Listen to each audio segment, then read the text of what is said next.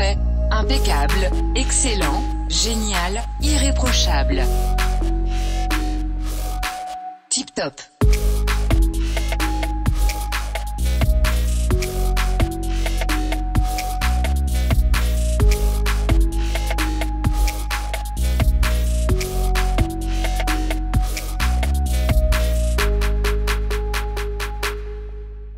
Bienvenue à cet épisode sur les avatars. Conteur, humoriste, psychomique, Serge-Yvan Bourque, vous êtes un personnage en soi. Vous n'êtes pas fermé à l'idée qu'on crée un avatar à votre image pour un jeu vidéo, même si vous n'avez pas touché à une console de jeu depuis les années 80. C'est en plein ça. Bienvenue sur le plateau. Merci beaucoup. Thibaut Pérouma, gamer à vos heures. C'est sûr que la question des avatars vous intéresse. Bienvenue. Merci. Stéphanie Gagné, à part les petits bonshommes bleus dans le film de James Cameron, les avatars, ça vous dit pas grand-chose, mais votre curiosité vous amène à participer à l'émission. Bienvenue. Alors, parce que nous avons à cœur votre culture personnelle et celle de nos téléspectateurs, je vous propose une première immersion dans la toute dernière extension de World of Warcraft, un jeu de rôle en ligne, le plus populaire de tous les temps, ayant rassemblé plus de 12 millions de joueurs en 2012. Entrons dans l'univers de Dragonflight.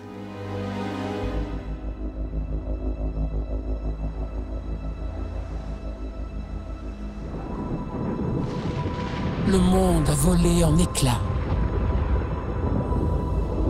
Il hurle sa souffrance. Nous devons lui porter secours. Nous vous confions notre demeure ancestrale. Gardien. Des réactions? C'est d'une grande beauté, vraiment. Serge-Yvan? Ben oui, c'est magnifique. Moi, je m'y connais peu en matière de jeux vidéo, mais j'ai comme l'impression que le scénario de base te donne le goût de jouer. Puis je vais être dans ça, moi, tu sais, comme personnage. Ouais, aussi, c'est ça. ouais. L'équipe Tip Top a tenté de comprendre ce qui plaisait aux gamers dans ce type de jeu. Voici ce que Simon nous a répondu. Tu es assis devant ton ordinateur, puis je pense que c'est un moyen de découvrir pour quelqu'un qui le fait pas dans la vie puis qui voyage pas, dans le fond. Des fois, le monde sont juste là devant leur écran pour discuter avec d'autres. Qu'est-ce qui pourrait vous plaire, vous? Le côté coopératif, de sentir comme un genre de sentiment d'appartenance à une communauté, parce que moi, c'est sûr certain que je suis quelqu'un de sociable qui aime bien les rencontres humaines. Ça, je trouve ça extraordinaire pour ça. Thibaut, qu'est-ce que vous retrouvez dans ces jeux? Chaque personnage a une histoire qui est détaillée, puis que tu peux explorer dans le jeu. Donc, c'est... Ouais, moi, c'est ça que j'aime. Une bonne histoire, ça me garde occupé. Nous avons demandé à notre expert et gamer, M. Michael Lessard, qui est gérant d'un pub ludique qui met de l'avant les jeux de société, de nous expliquer un peu ce qui était si stimulant dans la vie d'un avatar. On l'écoute. Pour ma part, c'est beaucoup dans la résolution de problèmes. C'est beaucoup de persévérance aussi. Donc, on peut faire une aventure, échouer 3, 4, 5 fois, mais à chaque fois, on va apprendre un petit quelque chose de plus. Je trouve que c'est un environnement très exutoire aussi, dans le stress qu'on a tous les jours dans la vie. Pendant cette heure et demie-là, nous, au lieu de lire ou d'écouter un film, d'aller faire du sport, nous, on va vivre une aventure. Puis on va participer activement à l'évolution de l'histoire. Thibaut, quelque chose à ajouter? Je me revois avec des amis, on attend une heure précise à 4 ou 5. OK, on fait le monstre final tous ensemble. Je me revois faire ça, c'était vraiment cool. Ça me donne l'impression que pour participer à ce genre de jeu-là, ça prend une grande intelligence. Il faut vraiment être à l'affût de beaucoup de détails. Faut rien, malgré tout, il faut prendre ça au sérieux. Tu peux pas prendre ça à la légère, à mon avis, et participer à ce genre de quête-là. Je sais pas si j'aurais autant de plaisir que ça. Ma vie est beaucoup plus simple. Il y a plein de choses qui sont fascinantes et qui m'intéresseraient. Mais après coup, est-ce que j'ai ce temps-là à donner? Ça te prend une heure, juste choisir ta coupe de cheveux, ton personnage et tout. Fait que... Moi, je serais peut-être curieuse d'assister, de voir des gens jouer. Moi, j'étais jeune, puis j'avais un cousin, Mathieu, qui était super bon aux jeux Nintendo et compagnie, puis je passais même des journées entières à le regarder jouer. Je voyais ça comme un film, tu sais. Je l'aidais, tu sais, va peut-être voir là, tout ça. J'étais une copilote.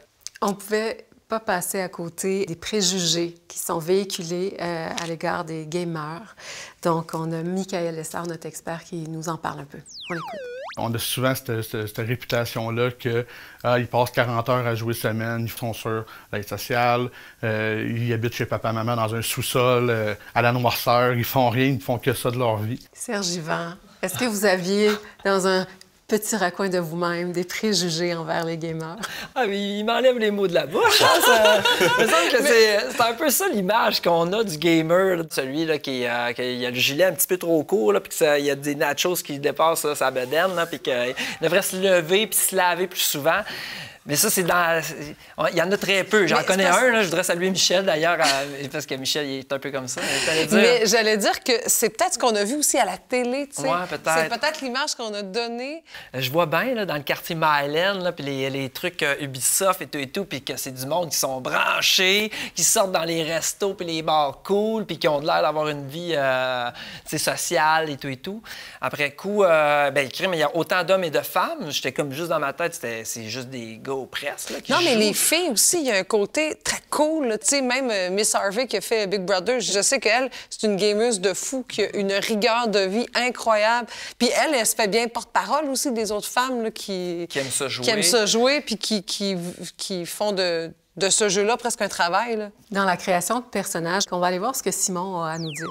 L'Alliance, on voyait ça comme le bon côté. Parce que du côté de la Horde, c'était plus des personnages pas tant humains, là, comme des orques, comme moins beaux. Fait qu'on se disait toujours la Horde, c'est les méchants, puis l'Alliance, c'est les bons. Puis au départ, quand on joue, on a tendance à aller plus vers l'Alliance. Il n'y a pas un bon et un mauvais côté, parce que quand tu regardes l'histoire, justement, du jeu, tu fais pas juste jouer, mais tu lis vraiment, puis tu regardes l'histoire, c'est qu'il y a des mauvais du côté de l'Alliance. Vice-versa, il y a des bons des deux côtés. Fait que c'est à partir de ce moment-là que j'ai dit, ben oui, tu sais, pourquoi pas. Fait que j'ai joué aussi de l'autre côté, là, de la Horde. Est-ce que vous seriez capable d'incarner un avatar méchant? Bien, certain. Ah oui. En fait, c'est raison de plus pour pouvoir jouer. Moi, je suis un bon gars dans la vie. Il me semble que ça me permettrait d'être un peu plus evil, hein, un peu plus méchant. Moi, tant qu'à jouer, je voudrais que ça marche, mon affaire. Là. Simon et Michael nous expliquent quel genre de personnage ils aiment incarner. On les écoute. En jouant, on amène un peu ce qu'on est, peut-être dans la vie. Peut-être une personne généreuse dans la vie qui aime ça aider puis faire la même chose dans le jeu, aller aider les gens qui sont peut-être moins habitués à avancer dans le jeu. 50% moi, 50% contraire à moi. Donc, je vais créer un personnage qui va avoir l'air soit plus méchant, qui va jamais rejoindre les armées ennemies, qui va être plus de ce côté-là, mais toujours garder le côté en moi qui est là pour protéger les autres. Donc, le rôle que je vais jouer, c'est le rôle de soigneur, guérisseur. Donc, c'est celle-là qui va supporter les gens. Pendant 2 heures, 3 heures, on joue chacun notre rôle. On se transporte un peu dans un autre monde. Là. J'ai l'impression qu'on peut pas trop se dénaturer. De ce que j'entends, que même s'il y a le rôle de méchant qui intervient, tout ça là-dedans, il y a comme la base, là, les racines qui sont là. On peut pas trop se dénaturer comme joueur. Est-ce que je me trompe? Ou... Moi, j'ai quand même connu des joueurs qui, mettons des personnes qui, dans la vie réelle, vont être des grands timides ou peu importe, puis qui vont jouer des personnages qui sont dans la démesure, des immenses... Comme, on voit pas tous les personnages, mais il y a des personnages dans le jeu qui sont... immenses, avec des énormes armures qui font une espèce de caricature qui sont pas dans la vraie vie. Un peu comme du théâtre, ça invite aussi à se découvrir, je pense, dans d'autres sphères. Ouais. Il y a une thérapie à faire avec ça. Nous avons questionné M. Michael Lessard sur le travestissement chez les avatars. On l'écoute. Il va y avoir des hommes qui vont aller avec le côté avatar féminin. Ils vont se dire, ben si je pourrais jouer ce personnage-là 20 heures, 30 heures, 40 heures semaine, ben j'aime mieux regarder un personnage féminin qu'un personnage masculin. Autant qu'il y a des femmes qui vont jouer des personnages masculins juste pour, en parenthèse, avoir la paix, qui est généralement des joueurs masculins quand ils vont voir un avatar féminin, vont tomber un peu en mode cruise un peu. Puis, l'avantage d'un avatar féminin, généralement, va être capable d'aller chercher un peu plus de sympathie, d'aller chercher soit des avantages monétaires avec les autres joueurs. Est-ce que vous auriez quelque chose à dire? Est-ce que vous croyez que dans le cadre du jeu en ligne, la fin justifie les moyens? Moi, je trouve ça... ça me rend un peu mal à l'aise parce que, dans le fond, on parlait tantôt de préjugés, puis il y a comme de quoi où est-ce que les gamers, ou du moins le monde du jeu Donjons et Dragons, on avait tellement des préjugés forts qui se déconstruisent. Et dans notre société, on est comme beaucoup plus dans un truc d'inclusion. Alors si on perpétue des trucs sexistes ou quoi que ce soit dans le jeu, ben là, pendant qu'il y a des avancées d'un côté, ben on recule de l'autre. Mais techniquement, Il n'y a aucune fille qui va se battre en bédaine à l'air avec les seins strappés comme ça. Moi, ben c'est ça. Je suis pas une grande Il y a comme de quoi, conquérante dans la vie, mais je m'habillerais pas comme ça. À quand, là, une personne normale, là, une fille normale, là, puis des gars normaux, moi, les nains là, qui ont des gros bras, là, je crois pas plus. À bas les stéréotypes. À bas les stéréotypes. Non. Nous avons demandé à notre expert de nous parler de l'éthique relationnelle entre avatars. On l'écoute.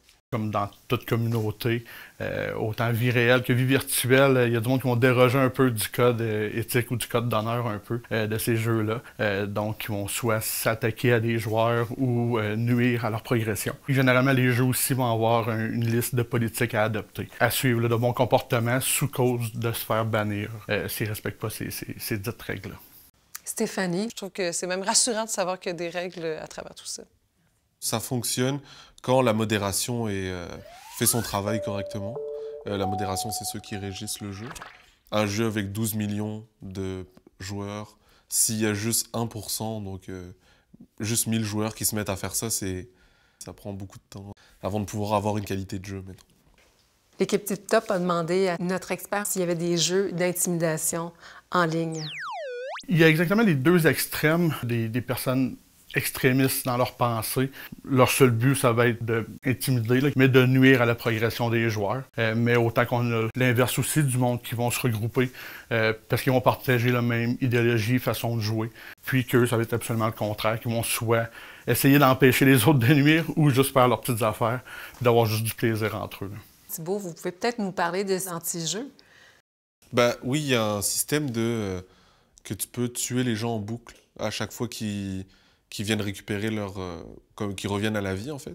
C'est que y a un système de points quand tu tues les personnes qui ne sont pas de ton équipe. Puis, il y a des joueurs qui abusent, en fait, de ce système-là pour empêcher les gens de progresser dans le jeu. Notre expert, Michael Lessard, nous a bien fait comprendre que la camaraderie prédominait quand même dans les relations entre avatars. D'ailleurs, Simon a quelque chose à nous dire là-dessus. Bien, les instances, c'est comme ce qu'on appelle des boss, des personnages plus durs à tuer. Tu vas en avoir 4-5 dans l'instance. L'instance, ça peut être un château. Tu arrives par la porte en avant, tu montes les étages. Dans telle pièce, il y a un boss. Puis, pour faire une instance, tu avais une personne qui, lui, prenait plus les coups, qui était plus, dans le fond, équipée plus solidement. Tu avais une autre personne qui faisait des dommages, puis un autre qui soignait, ce qui est important. Fait que quand on commence une instance, donc elle pouvait durer une demi-heure, tes soigneurs, bien, rendus dans le milieu de l'instance, c'était pas le temps de sacrer ton camp. Parce que, bien là, dans le fond, les autres étaient pris pour arrêter là parce que ça avançait plus. Alors, vous aurez compris qu'on faisait référence à différentes manières, dans le fond, de s'entraider dans les jeux massivement multijoueurs. Et puis, dans le même esprit, on avait envie de vous parler d'un nouveau buzz dans un autre environnement, un autre jeu qui s'appelle Elden Ring. Donc, c'est un avatar célèbre qui évolue sous le nom de Let Me Solo Her. Lui, il est armé de 2 katanas, c'est comme des espèces de sabres, puis il a un bol sur la tête, puis il est en bobette. Donc, c'est ça son look. Puis, lui, dans le fond, il s'est investi de la mission d'aider d'autres joueurs pour combattre Malenia, qui est une des plus difficiles à battre, qui est la déesse de la putréfaction, qui est plus rapide que les autres, qui est plus agressive, qui peut lancer des effets dangereux comme la pourriture écarlate. Puis si tu es touché par la pourriture écarlate, bien là, ta santé décroît, dans le fond, avec le temps. Donc, elle a développé même des nouvelles attaques où elle peut se cloner. Ça fait que pourquoi combattre juste une Malenia quand tu peux en combattre plusieurs, finalement?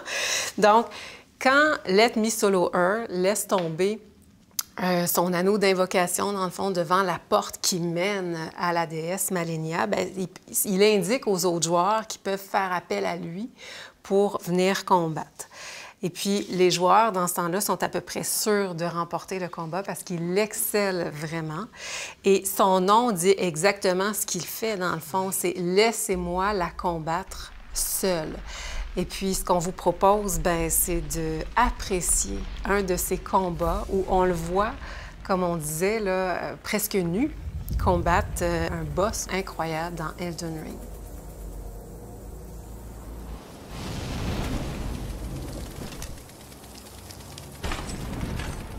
scarlet moon flowers once more.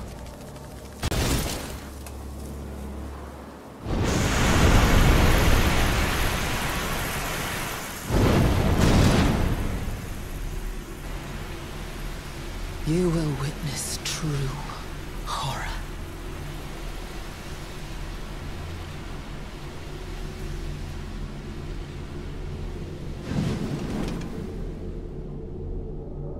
Now, rot.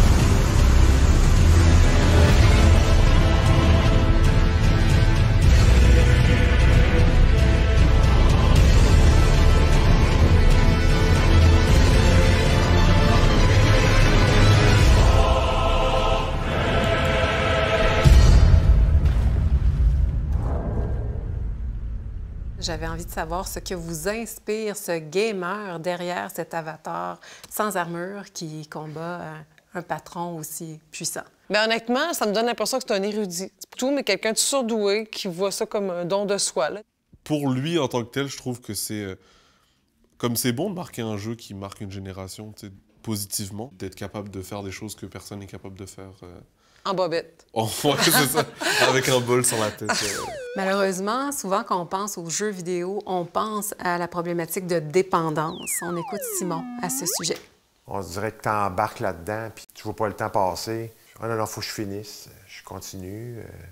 Ça pourrait représenter ça, 5 heures là, après le travail. Puis je pouvais jouer aussi la fin de semaine.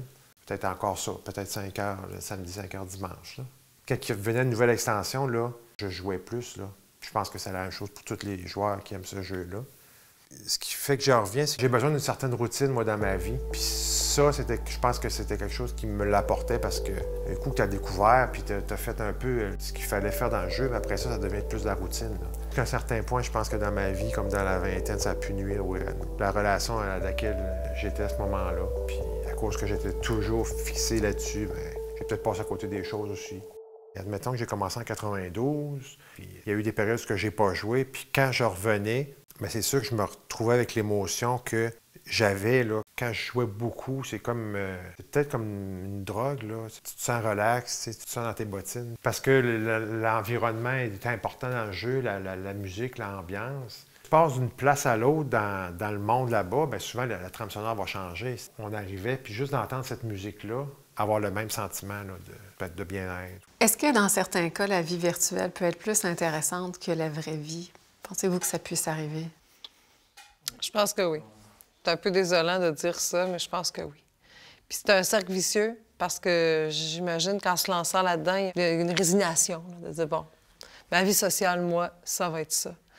Notre expert, Michael Lessard, avait quelque chose à nous dire sur le sujet. Quand une personne commence à manquer du travail, manquer des rendez-vous, vouloir s'isoler au lieu de passer du temps avec des amis, là, je considère qu'il y a un peu plus une problématique au niveau là, de la dépendance. Mais je sais que maintenant, il y a des thérapies aussi pour des gamers, puis tout le kit, là, puis ça commence jeune. Tu sais, moi, j'ai des histoires que je connais de jeunes enfants qui jouaient énormément, que les parents devaient même amener partir avec le routeur là, pour être sûr qu'il n'y ait pas de débordement. Puis que, maintenant, en appartement, vie d'adulte, ben le champ est libre, donc ça game. Puis sinon, ben ça s'alimente pas bien. Parce qu'en même temps, prendre le temps de se faire à manger, bien, c'est bien trop long, ça m'empêche de jouer. Donc, ça peut aller loin. Je pense que c'est des cas extrêmes, là, comme dans n'importe quel autre domaine. Là. Thibault, quelque chose à ajouter? Il y a certaines barrières qui sont brisées assez vite. Exemple, comme moi, je suis issu de l'immigration. Sur les gens en ligne, il n'y a pas mon physique, il n'y a pas toutes les choses, tous les préjugés qu'on se fait juste à la vue d'une personne, c'est pas là.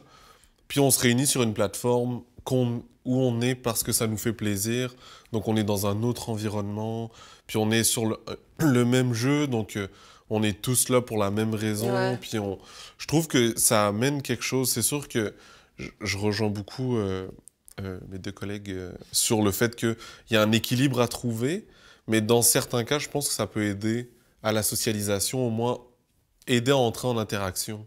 Dans cette grande famille des avatars, il y a des beaux moments aussi. Puis en ce sens, on avait envie de vous présenter un extrait c'est une procession, dans le fond, en hommage à un jeune joueur qui est décédé à l'âge de 26 ans. Et donc, on vous invite à regarder. Nous sommes le samedi 16 janvier 2017, et en cette soirée, nous rendons hommage à Michael, un joueur allianceux de World of Warcraft, décédé il y a peu. C'est le jeune Lucas, son ami très proche, qui est venu vers les joueurs. Il voulait simplement rendre hommage à son ami qui, je cite, aurait fait pareil pour lui. La vidéo que nous allons vous montrer est un déroulé de la marche qui a été organisée par le groupe Facebook World of Warcraft France. Lucas, si tu vois cette vidéo, sache que ce que tu as fait pour ton ami, c'est magnifique. Toute la communauté est avec toi. C'est une évidence pour beaucoup, mais je le dis quand même, merci à tous de respecter ce moment. Merci à WoW qui nous a permis de tous nous réunir pour prouver encore une fois que les joueurs de MMO forment une belle et magnifique famille, quelles que soient les origines. Une nouvelle étoile s'ajoute à la voûte céleste d'Azeroth. On t'aime fort, Michael. C'est très touchant. Ouais.